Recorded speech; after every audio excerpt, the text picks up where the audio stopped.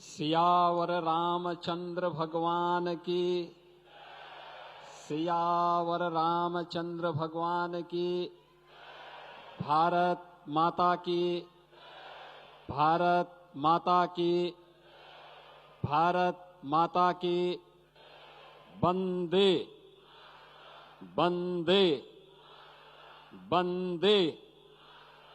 सरदार पटेल अमर रहे। सरदार पटेल, सरदार पटेल। नमः पार्वती पतिये हर हर।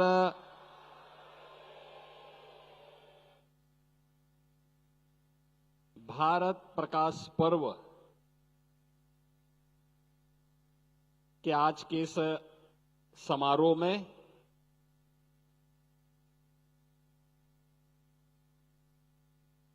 अरुणाचल प्रदेश के माननीय राज्यपाल के त्रिविक्रम परनाईक जी इस समारोह में उपस्थित हुए हैं। मैं इस समारोह में उत्तर प्रदेश की ओर से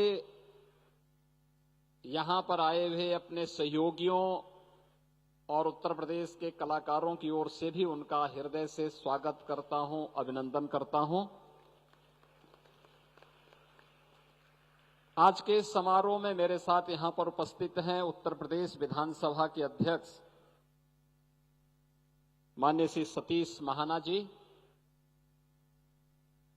उत्तर प्रदेश सरकार में मंत्रिमंडल के मेरे वरिष्ठ सहयोगीगण, deputy CM Shri Keshav Prasad Maurya ji, deputy CM Shri Brajesh Pathak ji,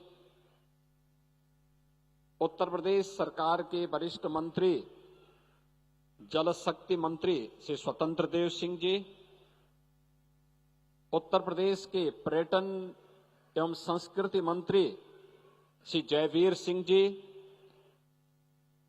Gujarat सरकार के माननीय मंत्री और जो पोरबंदर से यानी राष्ट्रपिता की पावन धरा से गुजरात विधानसभा का प्रतिनिधित्व करते हैं, ऐसे माननीय Shri Arjun Modhwadia ji, statue of unity केस अथॉरिटी के चेयरमैन श्री मुकेश पुरी जी, टूरिज्म विभाग के सभी अधिकारीगण और गुजरात की इस पावन धरा से जुड़े हुए आप सभी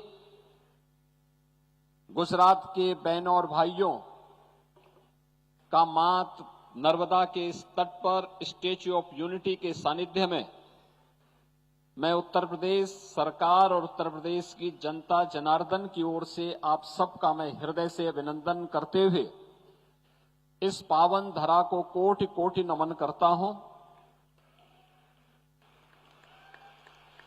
गुजरात सदैव से देश को एक राह दिखाने वाला राज्य रहा है और वह राह दिखाने वाला मार्ग आज से नहीं, याद करिए उत्तर प्रदेश की ही धरा से लीलाधारी भगवान श्री कृष्ण इस पावन धरा पर आए थे और द्वारिकाधीश बनकर के धर्म की स्थापना के कार्य को आगे बढ़ाए थे। ये गुजरात की धरा है। याद करिए, भारत के अंदर शुद्धि का कार्यक्रम चला करके किसी कालखंड में किन्हीं कारणों से अगर कोई व्यक्ति अपने मूल समाज से हट गया है तो उसे वापस ला करके आर्य समाज के बड़े आंदोलन को भी आगे बढ़ाने का कार्य इसी धरा से स्वामी दयानंद सरस्वती ने प्रारंभ किया था। यही धरा है जिसने भारत की आजादी के महानायक राष्ट्रपिता महात्मा गांधी को भारत की स्वाधीनता के अगुवा के रूप में देकर के भारत की स्वाधीनता के मार्ग को प्रशस्त किया था। और स्वतंत्र भारत में कैसा भारत हमें चाहिए, भारत की अखंडता के शिल्पी लौह पुरुष सरदार वल्लभ भाई पटेल की यह पावन धरा है। और इसलिए कौन ऐसा भारतीय होगा जो इस पावन धरा को कोटि कोटि नमन न करता हो। गुजरात भगवान सोमनाथ की पावन धरा है, भगवान नागेश्वर नाथ की पावन धरा है, भारत की आध्यात्मिक, भारत की विरासत की भूमि भी है, भारत के स्वाधीनता आंदोलन को स्वदेशी से स्वावलंबन की ओर अग्रसर करने वाली पावन धरा है। और आज मेरा यह सौभाग्य है कि मुझे इस स्थल पर आज उत्तर प्रदेश की टीम की ओर से दूसरी बार स्टैच्यू ऑफ यूनिटी के दर्शन करने का सौभाग्य प्राप्त हो रहा है। बहनों और भाइयों, स्टैच्यू ऑफ यूनिटी यह भारत की एकता की प्रतिमूर्ति सरदार साहब के माध्यम से प्रधानमंत्री मोदी जी के विजन का परिणाम है। उनकी विजनरी लीडरशिप में भारत अपनी विरासत को कैसे सम्मान दे रहा है, कैसे उनके विराट व्यक्तित्व के अनुरूप अपने महापुरुषों के गौरवशाली विराट व्यक्तित्व के अनुरूप आने वाली पीढ़ी के लिए एक प्रेरणा का केंद्र बिंदु बना रही है। यह पिछले 11 वर्षों में पूरे भारत ने नजदीक से महसूस किया है। गुजरात में जब हम आते हैं, मुझे 2018 में भी स्टैच्यू ऑफ यूनिटी के दर्शन करने का अवसर प्राप्त हुआ था। उस समय कुछ ही दिन हुए थे, प्रधानमंत्री जी ने जब स्टैच्यू ऑफ यूनिटी को राष्ट्र को समर्पित किया था। और आज दूसरी बार मैंने यहां पर आकर के देखा है, पिछले 7 वर्षों में जो परिवर्तन यहां पे हुआ है, वास्तव में एक वीरान जगह को टूरिज्म के, वर्ल्ड टूरिज्म के एक व्यस्त डेस्टिनेशन के रूप में कैसे स्थापित किया जा सकता है, यह स्टैच्यू ऑफ यूनिटी और सरदार सरोवर के तट पर हुआ विकास का यह कार्य और उसे विभिन्न प्रकार के टूरिज्म के मैप पर ला करके आज भारत प्रकाश पर्व के माध्यम से जो एक कार्यक्रम यहां पे प्रारंभ हुए हैं, यह उसका एक उदाहरण है। और मैं इसके लिए आदरणीय प्रधानमंत्री जी के प्रति हृदय से आभार व्यक्त करते हुए उनका भी इस अवसर पर हृदय से अभिनंदन करता हूं।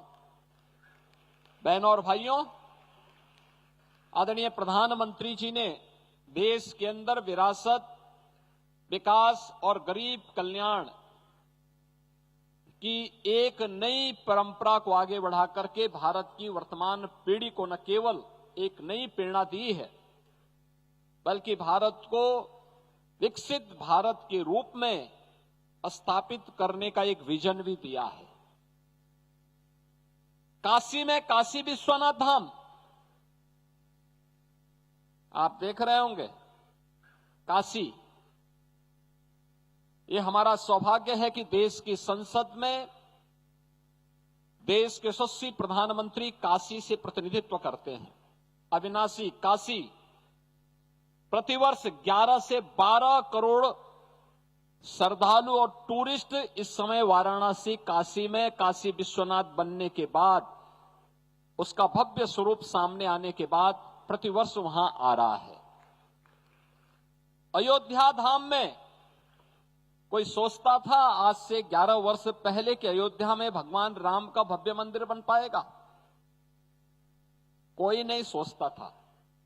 हां, राम भक्त आंदोलन करते थे, क्योंकि आंदोलन, ये अभियान 500 वर्षों से निरंतर बना हुआ था, लेकिन आस लगभग छोड़ चुके थे, क्योंकि कई पीढ़ियां थी जो ये आस लेकर के चली गई कि अयोध्या में राम मंदिर फिर बन पाएगा। हर एक के मन में एक टीस होती थी, कब ये बनेगा। लेकिन जो दूसरों के लिए असंभव था, उसको मोदी जी ने संभव करके दिखा दिया। अयोध्या में भगवान राम का भव्य मंदिर का निर्माण भी हो गया। आज अयोध्या दुनिया की सुंदरतम नगरियों में से एक हो गई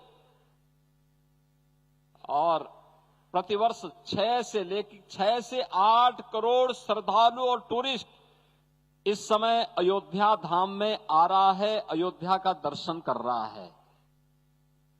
मथुरा वृंदावन हो या फिर उत्तराखंड में केदारनाथपुरी और बद्रीनाथपुरी के पुनरुद्धार का कार्य, मध्य प्रदेश में महाकाल का महालोक हो या फिर देश के अंदर अलग अलग स्थानों पर भारत की विरासत को सम्मान देने, भारत के अंदर आधुनिक इंफ्रास्ट्रक्चर के माध्यम से भारत के विकास को कैसे आगे बढ़ाया जाना चाहिए और भारत के अंदर भारत के युवाओं की, भारत के अन्नदाता किसानों की, भारत के श्रमिकों की, भारत की आधी आबादी महिलाओं की आकांक्षाओं के अनुरूप भारत का समग्र विकास हो सके, उसे किस रूप में प्रस्तुत करना चाहिए, ये प्रधानमंत्री मोदी जी के नेतृत्व में आज जब भारत दुनिया के अंदर तेजी के साथ उभरती हुई एक अर्थव्यवस्था के रूप में आगे बढ़ी है, उन स्थितियों में अपनी आस्था के साथ साथ विरासत के सम्मान को कैसे बढ़ाना है, स्टैच्यू ऑफ यूनिटी उसका एक बेहतरीन उदाहरण है। अभिनंदनीय और अविस्मरणीय क्षण हर भारतवासी के सामने प्रस्तुत करता है और इसके लिए हर भारतवासी प्रधानमंत्री मोदी जी का कृतज्ञतापूर्वक आभार व्यक्त करता है। बहनों और भाइयों, सरदार वल्लभ भाई पटेल भारत की अखंडता के शिल्पी। ब्रिटिशर नहीं चाहते थे कि भारत एक रहे। उन्होंने शरारतपूर्ण तरीके से भारत का विभाजन केवल भारत और पाकिस्तान के नाम पर ही नहीं किया था, बल्कि उनकी शरारत थी कि भारत को दर्जनों इतने टुकड़ों में बांट डालो कि भारत फिर एक न रह सके और फिर ब्रिटिशर की तरह भी लोग आशा भरी निगाहों से देखें। लेकिन भारत माता के सपूत, जिनका जन्म इसी गुजरात की धरती पर करमसद में हुआ था, लौह पुरुष सरदार वल्लभ भाई पटेल ने अपनी दूरदर्शिता के कारण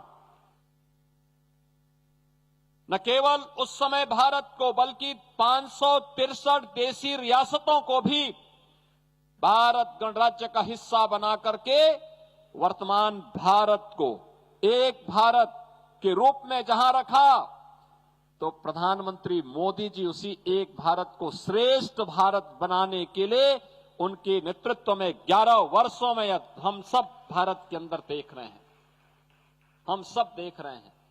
और कितना सुखद संजोग है कि अरुणाचल प्रदेश, जहां भारत का पहला सूर्य उगता है, अरुणाचल प्रदेश से लेकर के और द्वारिकापुरी तक का पूरा भाग आज यहां पे जुड़ रहा है। अरुणाचल प्रदेश का प्रतिनिधित्व कर रहे हैं वहां के ऑनरेबल गवर्नर, और गुजरात की धरती पर सरदार साहब के इस पावन धरा पर स्टैच्यू ऑफ यूनिटी के सानिध्य में ये भारत प्रकाश पर्व के इस आयोजन के साथ हम सबको जुड़ने का अवसर प्राप्त हो रहा है। ये सचमुच पिछले 7 वर्ष में जो विकास यहां का हुआ है, यह स्टैच्यू ऑफ यूनिटी और सरदार सरोवर के तट पर हुए विकास और टूरिज्म के एक बेहतरीन केंद्र को ही हम नहीं देख रहे हैं। ये भारत के विकास की एक प्रतिकृति भी है। भारत का विकास इन्हीं मूल्यों पर, इन्हीं आदर्शों पर हुआ है। और भारत प्रकाश पर्व इस बात का उदाहरण है। जैसे सरदार साहब के समय में, उस समय कुछ रियासतें ऐसी थीं जिनमें जूनागढ़ का नवाब और हैदराबाद का निजाम, जो भारत गणराज्य में आने के लिए आनाकानी कर रहा था, लेकिन सरदार साहब ने कहा, वे प्यार से मानोगे ठीक है, नहीं तो दूसरे भी तरीके हैं मनाने के लिए। और आपने देखा होगा कैसे उनको यहां देश छोड़ करके भागना पड़ा था। नया भारत, भारत की सुरक्षा, भारत की संप्रभुता और भारत की अखंडता के साथ कोई समझौता नहीं करता है। जो भारत की सुरक्षा में सेंध लगाएगा, उसकी कीमत चुकाएगा। जो भी भारत के नागरिकों की सुरक्षा में सेंध लगाने का दुस्साहस करेगा, उसकी कीमत उसको चुकानी ही पड़ेगी। ये नया भारत समय आने पर उस प्रकार का जवाब देता है। पिछले 11 वर्षों में हमने इन सब कार्यों को अपने आंखों से देखा है। हर भारतवासी ने इसको महसूस किया है। आज सरदार सरोवर के इस तट पर स्टैच्यू ऑफ यूनिटी के सानिध्य में होने वाले प्रकाश पर्व के लिए मैं गुजरात सरकार और इससे जुड़े हुए उन सभी महानुभावों का हृदय से धन्यवाद करता हूं, हृदय से अभिनंदन करता हूं और विश्वास करता हूं ये प्रकाश पर्व, ये भारत प्रकाश पर्व भारत में एक भारत श्रेष्ठ भारत के प्रधानमंत्री मोदी जी के विजन को पूरे देश के अंदर हर एक टूरिज्म के उस स्पॉट पर, चाहे वह स्पिरिचुअल टूरिज्म का हो, इको टूरिज्म का हो, हेरिटेज टूरिज्म का हो, या फिर किसी भी प्रकार के टूरिज्म से जुड़े हुए, एडवेंचर से जुड़ा हुआ हो, इन सभी स्थलों को इसी प्रकार से भारत पर्व के रूप में, एक भारत श्रेष्ठ भारत के रूप में आगे बढ़ाने में अपना योगदान दे पाएंगे। मैं एक बार फिर से इस पूरे अभियान के प्रति अपनी राज्य की जनता की ओर से, उत्तर प्रदेश सरकार की ओर से अपनी शुभेच्छा व्यक्त करता हूं, अपनी शुभकामनाएं देता हूं और भारत प्रकाश पर्व के प्रति अपनी मंगलमय शुभकामनाएं देते हुए इस कार्यक्रम के साथ उत्तर प्रदेश हमेशा एक सहयोगी राज्य के रूप में अपना सहयोग और समर्थन देता रहेगा। इस बात के लिए अपनी यहां पे प्रतिबद्धता को व्यक्त करते हुए अपनी शुभकामनाएं देता हूं। धन्यवाद। जय हिंद। दोस्तों, अगर आप भी योगी आदित्यनाथ के काम से खुश हैं और योगी आदित्यनाथ को अच्छा नेता मानते हैं तो कृपया चैनल को सब्सक्राइब कर लीजिएगा। और अगर योगी आदित्यनाथ को अच्छा नेता नहीं मानते तो बेशक चैनल को सब्सक्राइब मत करना। धन्यवाद।